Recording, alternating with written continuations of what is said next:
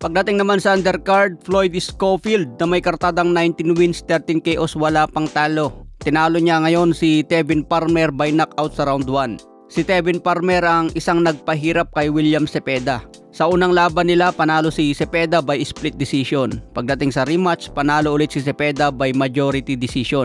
Pero ngayon mga tol, hindi na tumagal si Tevin Farmer mula sa kamao ni Floyd Schofield. Dahil round 1 pa lang binakbakan na ito at bumagsak. Nakarecover pa naman si Tevin Farmer pero hindi na tinigilan ni Floyd Schofield hanggang inawat na lang ng referee. Kaya bumagsak na ang kartada ni Tevin Farmer sa 33 wins, 8 KOs, 9 losses. Edad 34 pa lang itong mga tol at sa huling 4 na laban niya, natalo lahat. Sa iba pang balita, isang Pinoy boxer ang binalita ni Kevin the Great na pumanaw na dahil sa aksidente sa sparring. Ito si Fernando Tagpuno Jr. May kartadang 10 wins, 10 knockout, may 4 na talo. Edad 23 pa lang ito mga tol kaya nakakabigla ang kanyang pagpanaw. Di ko alam kung may nakukuha din ang mga Pinoy boxers na tulong mula sa gobyerno kapag nadisgrasya sa isang training o isang laban. Kaya sa mga Pinoy boxer na lumalaban mga tol, mag-ingat tayo lagi at piliin na ligtas sa bawat laban. Sa iba pang balita, trainer ni Mario Barrios, pinakitaan si Manny Pacquiao ng sombrero na may tatak na game over. Ibig sabihin yan mga tol, tatapusin na raw ni Barrios ang karera ng ating pambansang kamao.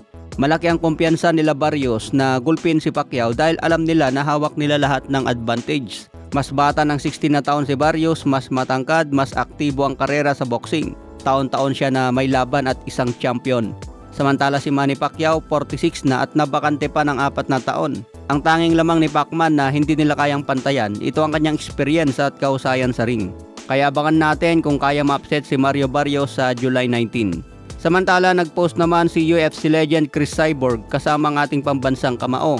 Dinayo din si Pacman sa kanyang training camp. Isa daw si Pacman sa mga hinahangaan ni Cyborg pagdating sa mundo ng boxing. Nakasabayan ni Cris Cyborg ang magkakapatid na Vargas at si Teofimo Lopez. Si Cris Cyborg mga tol ay may kartada sa MMA na 28 wins, 21 knockout, may 2 talo. Huling laban niya sa MMA noong 2024. Ngayong 2025 lumipat na ito sa boxing at nakatatlong laban na ngayong 2025.